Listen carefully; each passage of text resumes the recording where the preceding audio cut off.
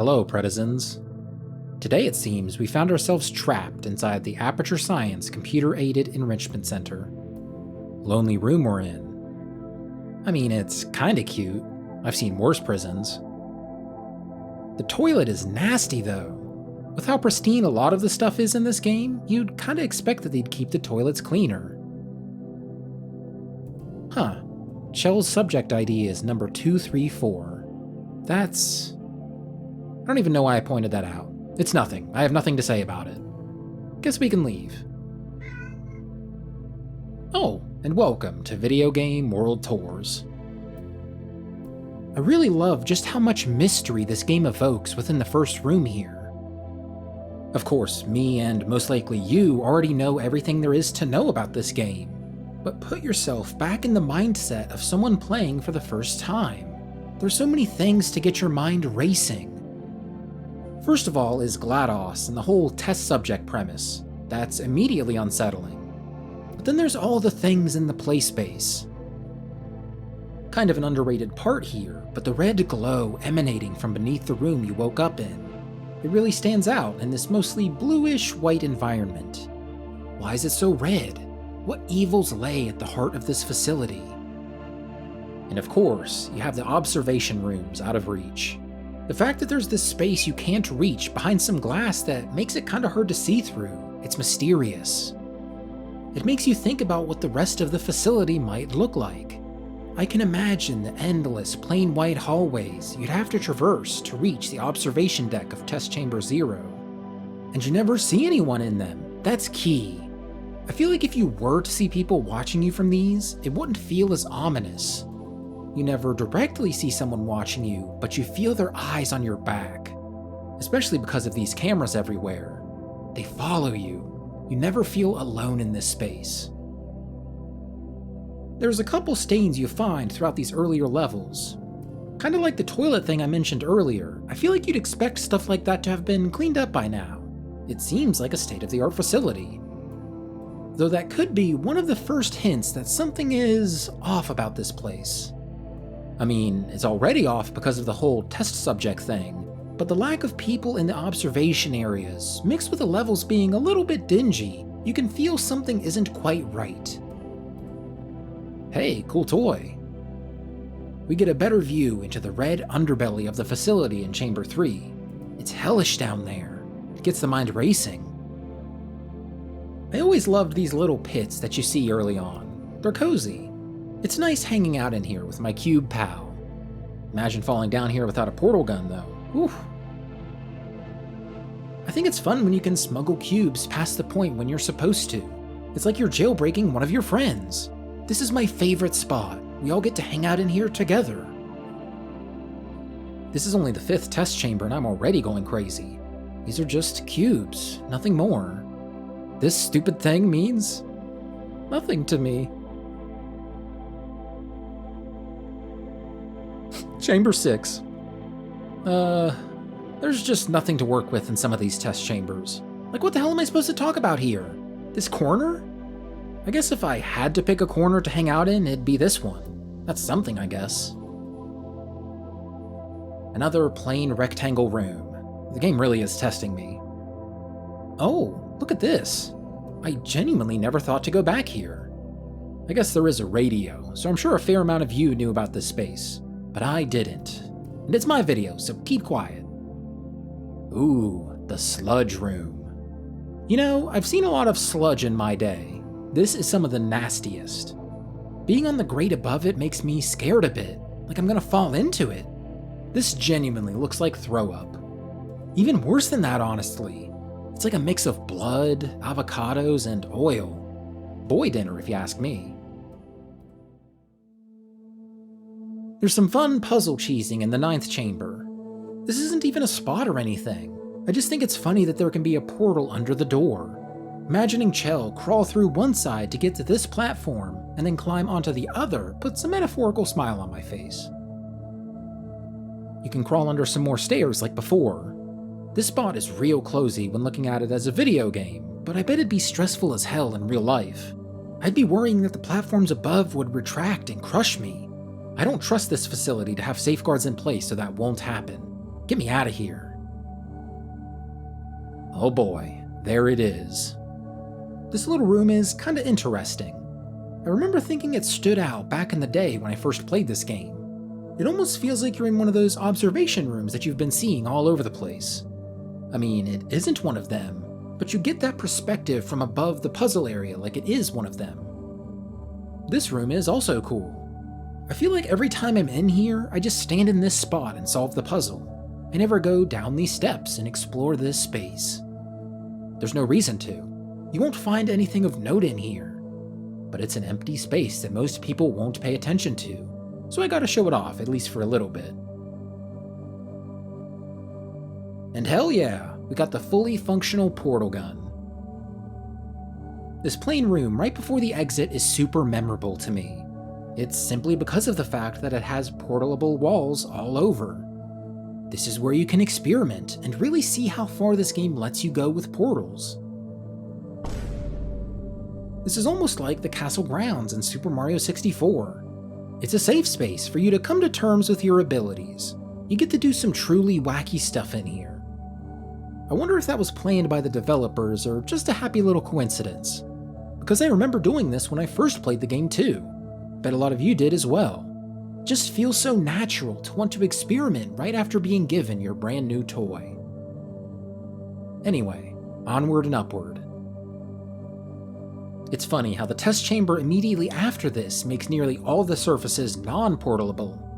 I guess it kinda reduces the amount of noise in the puzzle, so you don't look for solutions that aren't there. Like this tiny ledge where you find a cube in Chamber 14. Oh man, here we go. The first of Ratman's dens. I can't remember what I was thinking when I saw this during my first playthrough, but it must have been mind-blowing. I mean, we already know this place is beyond messed up, but here you get to see something from the other side. A human like you. Someone trapped inside this facility. Only they found a tiny space that GLaDOS can't reach. Beyond the sight of any camera is a room hidden behind a wall panel. There's all this writing on the wall. So many tally marks. Do these indicate days passing? There's 180 marks in total here. No way Doug Ratman was alive in this facility, in this space specifically, for 180 days. There actually are some cans of what were presumably food and a jug of water, so that's something, I guess. Man, it's so cool in here. The further into the game you get, the more you get to peek behind the curtains. This room is cute, with all the boxes piled up and some tools on top of them. Oh man, the companion cube. This is a true friend. Hey, there's another of Ratman's dens. Let's take the companion cube with us. I'm sure it'd appreciate seeing this too. Okay, maybe they wouldn't like seeing this. Is this like a bad ex situation? You shouldn't have to see this, sorry. You can wait outside. Guess it would be easy to fall in love with a cube in a place like this. I might do the same. Hell, I would do the same. I can promise you that. It's obvious he has a beef with the cameras. It's funny how he was hoarding them in here. Though, he may have forgotten one. That camera has a perfect sightline into this space. Wonder if that was installed before or after Doug left. Probably after. I like these dark rooms that are completely covered in non-portable surfaces. They have a different vibe from the usual white-walled rooms. This one in particular I like. I can't tell you why though. I don't really have a reason. Oh man, and this room is just awful. It's traumatic almost. You're forced to kill your beloved companion cube. Penultimate test chamber. The end is approaching fast. Another den. Ooh, this one has some stairs. And look at that, a door. You can get right up next to it. This is the closest to freedom you've ever been. Surely Chell could point the portal gun at the hole there and shoot through to the other side and escape. I mean, I'd at least try it, but I guess she likes being a little guinea pig. Don't mind me, just chillin' at the bottom of a bottomful pit. The final test chamber. Kinda sad that the adventure is coming to an end. I wonder what GLaDOS has in store for us. Oh. I kinda love how stressful the jump is to make it to safety. It's a genuine leap of faith. I've definitely failed it before. Well, that may have been the last test chamber, but we still have a lot more to see. We've finally broken free and get to explore the underbelly of the facility, to see what no involuntary participant has ever seen in here. It must have been such a cool first playthrough moment doing that escape and walking through these back rooms. Even now, on my dozenth playthrough, I still feel like I'm getting one over on the game. I'm like a little creature crawling through the facility looking for a true escape. A creature like a rat. Look at this cute cubby. They could have had a flat wall here, but it's recessed a bit. Gives it some variation. I love it. Ooh, how about this? We finally get to see some of the office spaces that we've been teased with all game. Oh my god, that's one of the test chambers. I'm so glad the game lets you finally reach one of these spots. Huh, a clipboard. What's it say? Failed. What is that thing? Subject ID 42, so it's presumably another test subject. But why does it look like that? I initially thought it looked like Atlas from Portal 2, but he didn't have a long neck. Is that a damn alien or something? I have no idea what I'm looking at. Hey, another test chamber. Wait a minute, this was an earlier test chamber compared to the one we just saw. It was separated at least by a couple of upward elevator rides, so these two chambers shouldn't be on the same level. That's peculiar. Though I wouldn't put it past Aperture Science to do some elevator shenanigans and shuffle you around like that. Another clipboard. Hey, that's Shell, Subject 234, like I pointed out at the beginning of the video.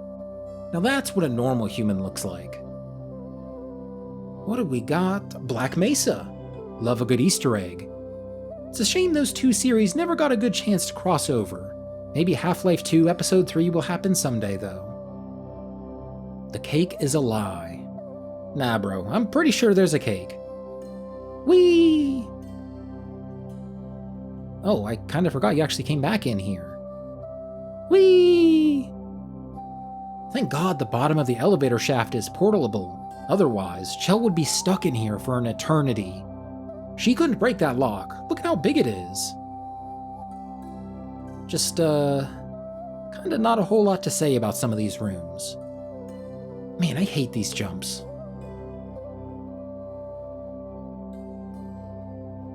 This den is pretty cozy. I like that he just wrote help here. Like, what am I supposed to do about that, buddy? You're nowhere to be seen. Ah, I remember this room. You fall down there once you start walking. What if I no-clipped across the gap, though? Okay, damn. You're blocked off from walking around in there even if you can somehow make the jump. Guess the fun police are nearby. Aw, and this is the turret that can't shoot. Let's take him with us. He's too cute.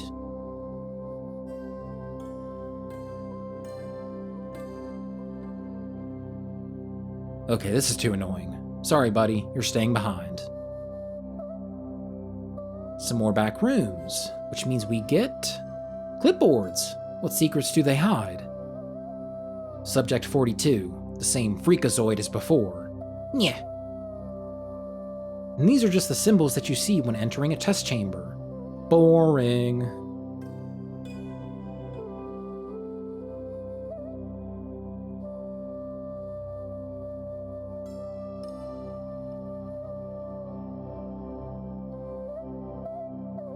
I do really like this room. There's a new enemy type that shoots rockets at you. I did try and blast him into extinction, but the rocket fizzles away. So have fun hanging out in here, pal. It is a nice space, just wish we could stay still and appreciate it. I feel like I should have something to say about this room, but I really don't. Sorry. Alright, this is something. You finally get scale in this game. You see a lot more open spaces like this in the second game, but it's nice to see they were experimenting with it in this one. Just look at those walkways. What could their purpose be? I only ask that because there's no door that leads to them. There's no way for a normal human to reach those. They're completely isolated. Maybe there's a hidden door up there. Who can say? Aw man, our journey is over. This is the last room before the final boss. The last one we get to really take our time in and savor. It's more of that scale in here. This definitely feels like a space you'd see in the second game, walkways above stretching out for God knows how far. I always like to think about the areas you can't see in games. Games are such a visual medium. The developer can portray exactly what they intend for you to see, but inherent to every game, there's space you can't see, and what you can see influences your perception of what you can't. I'm imagining all the lengthy hallways that are the veins of this facility, how incredibly nondescript they are. I can map out in my mind a hypothetical path that leads out from that particular walkway. It's not like the details of what I'm imagining matter, it's just that I'm putting in the effort. I'm allowing myself to be captured by the illusion of the game. I'm seeing this as the heart of this facility, not a floating box in a void. Oh hey, there's the parking lot from the ending of the game. Kinda nice to be able to just hang out here. A radio. You definitely don't see this during the ending sequence. Guess it's just here for nasty little cheaters such as myself. If this is here, that must also mean there's another room of note nearby. Aha! Look at that. Isn't that beautiful? See? I told you, the cake wasn't a lie. Let me just... there. Me and my companion cube are gonna hang out for a while here. You guys go on without us. Thanks for watching, Predizens. See you next time.